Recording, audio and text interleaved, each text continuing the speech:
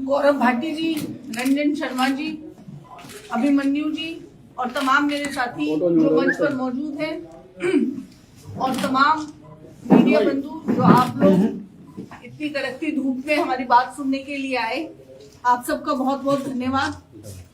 और आपके माध्यम से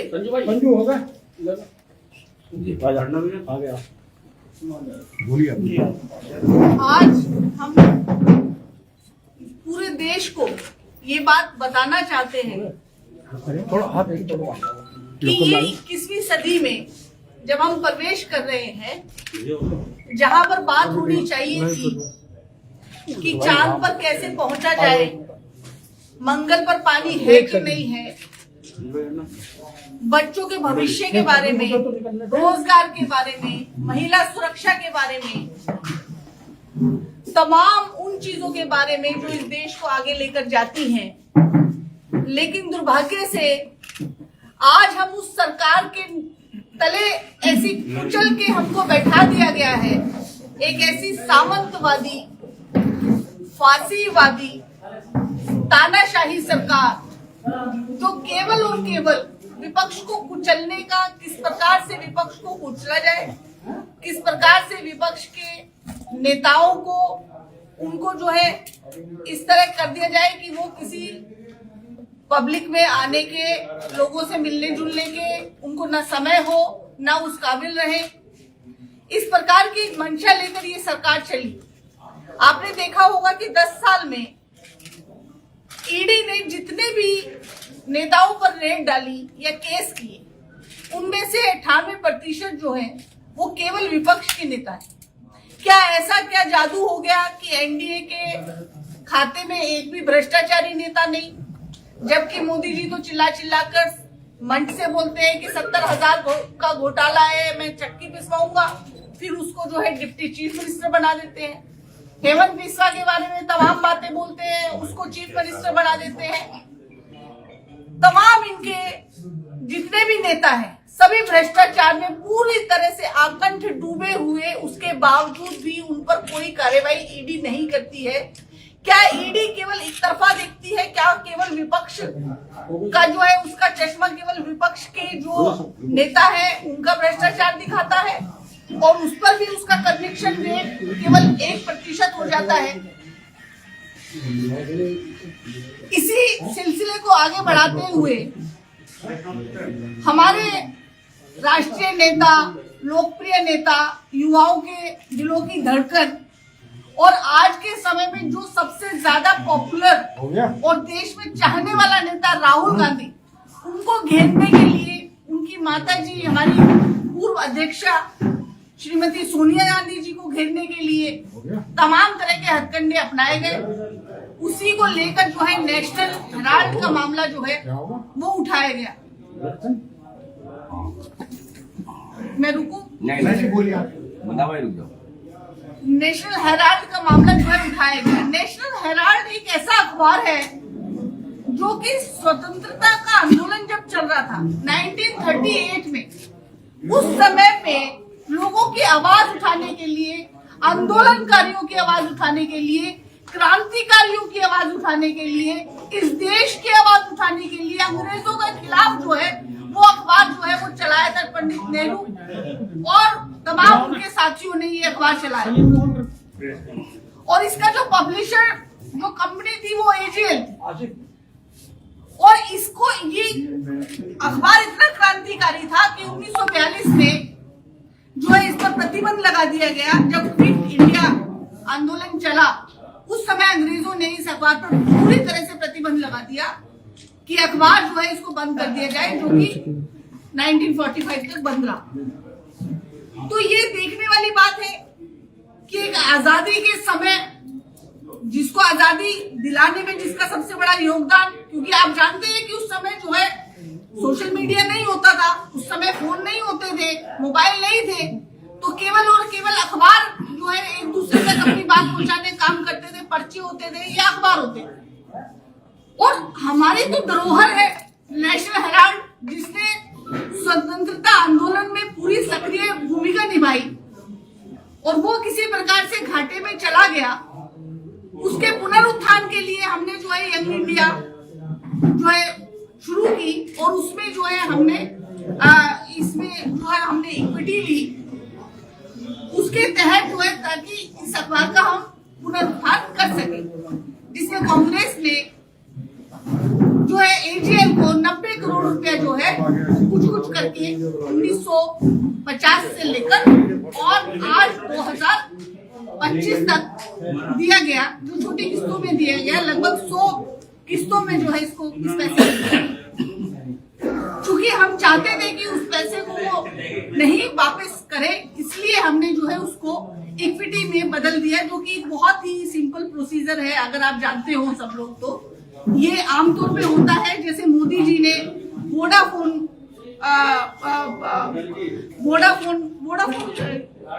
ही है ना जी, वोडाफोन को जो है उनके 38,000 करोड़ रुपया जो है इन्होंने वेव ऑफ किया था और उस कंपनी को इन्होंने अपने उसमें ले लिया।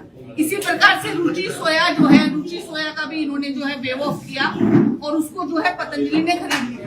तो ये एक मामूली आम प्रोसीजर है, कानूनी तौर पे पूरी तरह से लीगल है, जो कि होता है।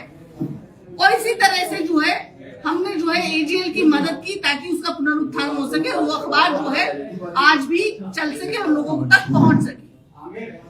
और ये कांग्रेस की एक बहुत बड़ी पहल थी अपनी धरोहर को सुरक्षित रखने के लिए, क्योंकि वो आजादी के टाइम से जुड़ा हुआ था। लेकिन चूंकि इनकी मंशा जो है केवल और केवल विपक्ष को घेरने की और विपक्ष को बदनाम करने की है कि किस प्रकार से विपक्ष की छवि, राहुल गांधी जी की छवि और सोनिया गांधी की छवि को खराब किया जाए, और तमाम तरह के इस तरह के हमारे ऊपर इल्जाम लगाए गए कि ये तो मुनाफा खाने के लिए। अगर हमने मुनाफा खाना होता तो हम भी आपके लिए आपकी तरह जूते चाट लेते अंग्रेजों के और जो है उनकी गवर्नरशिप को हाक कर देते, जैसे कि आपने कर दी थी कि आप जो है महारानी जी बनी रहिए, बस हमको तो है कर दीजिए। आजादी तो ये मांगते ही नहीं थे, ये अंग्रेजों के जूते चाट रहे थे उस टाइम पे जब हम आजादी की लड़ाई लड़ रहे थे।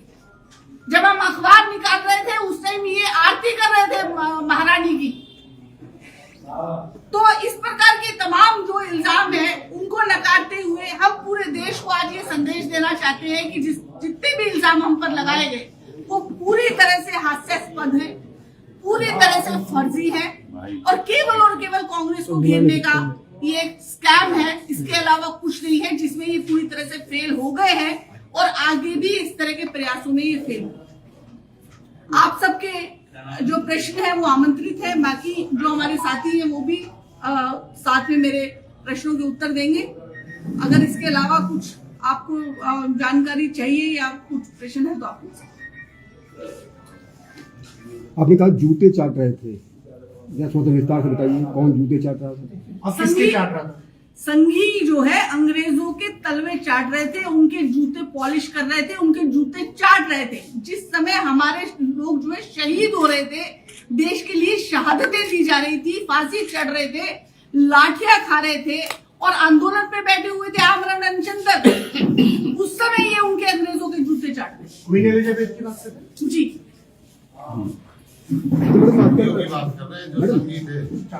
रामजी लाल सुमन का बयान जो आ रहा है, इंद्रजीत सरोज का जो बयान उत्तर प्रदेश में आया है, तो क्या उत्तर प्रदेश में, खासतौर से उत्तर प्रदेश में सियासत हो रही है, जातीय ध्रुवीकरण की बात हो रही है? क्या जातीय ध्रुवीकरण को साथ करके समाजवादी पार्टी आगे बढ़ना चाहती है? आपको क्या लगता है? देखिए, मैं समाजवादी की प्रवक्ता तो नहीं, लेकिन कोई भी पार्टी जो है जीतने के लिए हर प्रकार की जो है प्रयोग जो है अपनाती है, तो हो सकता है कि इस तरह के प्रयोग किए गए हों, लेकिन मैं चूंकि उनकी ऑफिशियल प्रवक्ता नहीं हूँ तो मैं इस बारे में रामजी लाल सुमन के बयानों को आप किस तरीके से देखती हैं, कैसे देखते? देखिए, कोई भी अगर व्यक्ति इस प्रकार के बयान देता है तो उसके पीछे कोई ना कोई मतलब रहता है, ये बात है। लेकिन जहां तक जातीय ध्रुवीकरण की बात है तो हम ये कहते हैं कि जितनी भी कास्ट है देश में, उनको उनका बराबरी का हिस्सा मिलना चाहिए। इसी को मद्देनजर रखते हुए हमने जनगणना का मुद्दा भी उठाया। केवल जातियों के नाम पर वोट एकत्रित कर लेना, उनका कोई एक लेकर वो उनका प्रति जो है उम्मीदवार खड़ा कर देना और वहां से फिर वोट ले लेना, केवल ये उन जातियों के लिए न्याय नहीं। उनका न्याय उन जातियों के लिए जो पिछड़ी जातियां हैं, जिनकी वजह से आज जो है भाजपा जो है सत्ता में है, चाहे वो दलित हो, चाहे वो पिछड़े हो, चाहे वो आदिवासी हो, उनको जो है उनके बच्चे कितना ग्रोथ कर रहे हैं, उनकी बेटियां कितना ग्रोथ कर रही हैं, वो जो है असली पैमाना होगा ये देखने का कि उन जातियों के साथ इंसाफ हुआ कि नहीं। जो सपा का पीडीए है, ऐसी अति पिछड़े हैं, पिछड़ों के बारे में आप क्या कहेंगे? मंडल आयोग में नायक रिपोर्ट लागू अब तक क्यों नहीं हो पा रही है? मंडल आयोग में अति पिछड़ों को कोई ज्यादा लाभ नहीं मिल पाया अब तक, उसका लाभ कुछ चंद जातियां खा जाती है।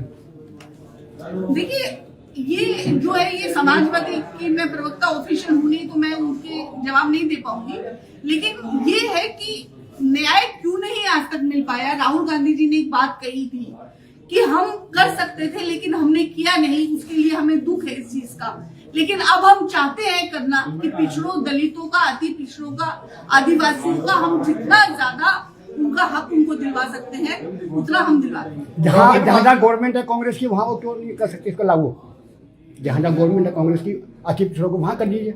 देखिए, जितनी स्टेट में आपने देखा होगा कि जहाँ पे हमारी गवर्नमेंट है, वहाँ पे देखेंगे आप, हमने पहली कलम से जो है किसानों का कर्जा माफ किया, दलितों की स्कॉलरशिप दिलाई, तमाम तरह के जितने हम फायदे कर सकते थे हमने उतने किए। दलित पिछड़ों की बात हो रही है आज भाई, मगर अति पिछड़ों की बात कोई नहीं कर पाता, जो कि आज भी मोस्ट। देखिए, जब दलितों की बात होती है, जब आदिवासियों की बात होती है, पिछड़ों की होती है, तब अति पिछड़ों की भी उसमें बात आती है।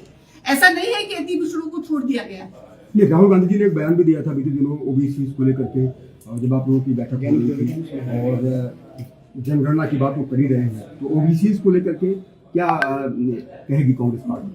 देखिए, ओबीसी जो है, इसमें यहाँ पे सबसे ज्यादा प्रतिशत जो है ओबीसी का है, कम से कम 50 से 60% के बीच में ओबीसी देश में। ओबीसी जो है वो सरकार बनाता है, ओबीसी जो है सरकार गिराता है। तो ओबीसी को, लेकिन उसको केवल उसके नाम का महिमा मंडन कर देना, उसके नाम का एक और चीफ मिनिस्टर खड़ा कर देना, या उसके नाम का कोई ऐसा कैंडिडेट खड़ा कर देना, केवल ये खाना पूर्ति करना, केवल ये नहीं है कि कागजों में आपने खाना पूर्ति कर दी। उसको ये है कि पिछड़ों को उनका हक कब मिलेगा। उनका हक जो है आज तक पिछड़ों को नहीं दिया गया है, वो हक दिलवाने के लिए जनगणना की हमने बात की, और जिसमें जो है पूरी तरह से मोदी सरकार जो है पूरी तरह से फेल है पिछड़ों को अपना हक दिलाने के लिए। जब मोदी जी ये बोलते हैं कि इस देश में केवल 2 जात है, गरीब और अमीर, तो ये बात बिल्कुल साबित हो जाती है कि वो इस चीज को बिल्कुल पूरी तरह से नकार देते हैं। जो जाति ध्रुवीकरण वो करते हैं, इसको पूरी तरह से नकार देते हैं, क्योंकि उनको पता है कि अगर ये चीज सामने आई, अगर पिछड़ों को ये पता चला और दलितों को ये पता चला कि उनके ये अधिकार उनको दिए जा रहे हैं, तो हमारा पत्ता साफ हो जाएगा, क्योंकि हम उनके खिलाफ। रॉबर्ट वाड्रा ने 7 करोड़ या 8 करोड़ की जमीन को 56 करोड़ में बेचा, जब ईडी की जांच के दायरे में है, इसको लेकर क्या करें? रॉबर्ट वाड्रा जी ने जब से केस शुरू हुआ तब से लेकर आज तक कम से कम 30,000 पन्नों का जो है लेखा जोखा जो है पूरा ईडी को दिया, उसमें से एक भी ऐसा नहीं है कि जो उनके खिलाफ जाता। अगर खिलाफ जाता तो अब तक ईडी ने रॉबर्ट वाड्रा को बाहर क्यों रखा है, आप ये बताइए। क्योंकि केवल और केवल फर्जी चीजों से बोल देने, मैं आपको बोल दूं कि आपने तो ये किया है, मेरे बोल देने भर से वो इल्जाम जो है साबित नहीं हो जाता। ईडी अगर कोई इल्जाम लगाती है तो उसको साबित भी करे। केवल मुंह से बोलने से या किसी को गिरफ्तार करके 8-8 घंटे पूछताछ कर लेने से उनकी जो है खाना पूर्ति पूरी नहीं हो जाती। इस बात से इनकी मंशा साफ जाहिर होती है, केवल और केवल बदनाम करने की साजिश है। वरना क्या करो, अगर आपके अंदर दम है, अगर आपके अंदर गट्स है, तो करो राहुल गांधी को जेल में अंदर, करो सोनिया गांधी को, और करो रॉबर्ट वाड्रा को अंदर, क्योंकि आपके पास कोई प्रूफ नहीं है, क्योंकि हमने कुछ गलत किया नहीं है। हम केवल और केवल संविधान पे चलते हैं, कानून पर चलते हैं, उसके अलावा हम कभी कोई इस तरह का काम किया नहीं। और जो करते हैं उनको आपने सत्ता में समाजवादी पार्टी भी पीडीए की बात करती है, पिछड़ा दलित अल्पसंख्यक की बात करती है, कभी कभी अवहेला भी कर देती है। कांग्रेस भी जो है ओबीसी की बात कर रही है, दलितों की बात कर रही है, अल्पसंख्यक की बात कर रही है। तो कांग्रेस का पीडीए समाजवादी पार्टी के पीडीए से कितना different है? रंजन जी जवाब बताइए।